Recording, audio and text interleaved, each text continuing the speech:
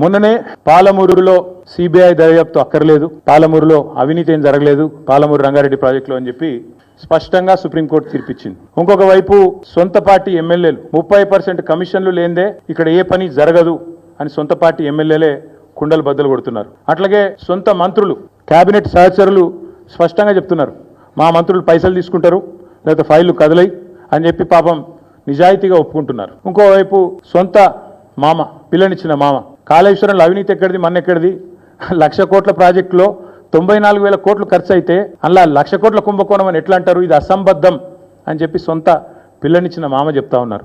కాబట్టి ఫ్రస్ట్రేషన్లో రేవంత్ రెడ్డి గారు ఏవేవో చేస్తుంటారు, ఏవేవో లీకులు ఇచ్చి ఏదో రకంగా మీడియా మేనేజ్మెంట్ చేసి నేషనల్ హెరాల్డ్ కేసులో ఛార్జ్ షీట్లో పేరు వచ్చినా కొన్ని పత్రికలు అయితే రాయలేదు. మాకు చాలా ఆశ్చర్యంగా ఉంది, ఎంత బాగా కవర్ చేసుకుంటూ వస్తున్నారంటే రేవంత్ రెడ్డి గారిని, చాలా ఆశ్చర్యంగా ఉంది. ఇట్లా కూడా చేయొచ్చా అని. అంటే ఇంత పెద్ద కేసులో ఇంత పెద్ద మ్యాటర్ వస్తే, ఒక ముఖ్యమంత్రి పేరు వస్తే, ఇదే కేసీఆర్ గారి పేరుంటే రాకపోదురా?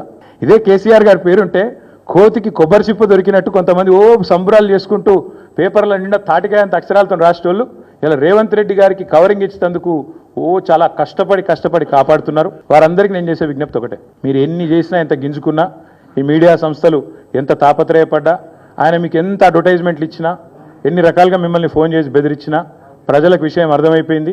ఈయన ఒక లొట్టపీసు ముఖ్యమంత్రి, ఈయనతను ఏం కాదు అని అర్థమైంది. కాబట్టి మీరు కూడా దయచేసి నిష్పక్షపాతంగా వార్తలు ప్రజలకు చెప్పండి. లేకపోతే సోషల్ మీడియా ఉంది, మీరు చెప్పినా చెప్పకపోయినా సోషల్ మీడియా ద్వారా ప్రజలకు అన్నీ తెలుస్తాయి.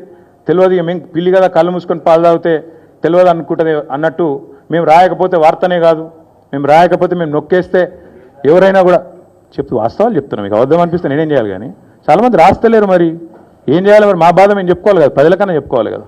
కాబట్టి మీరు అట్లా అనుకొని మీ భ్రమల్లో ఉన్నంత మాత్రాన మీరు చేయగలిగేది ఏం లేదని కూడా చెప్తూ సహకరించే మిత్రులకు థ్యాంక్ యూ.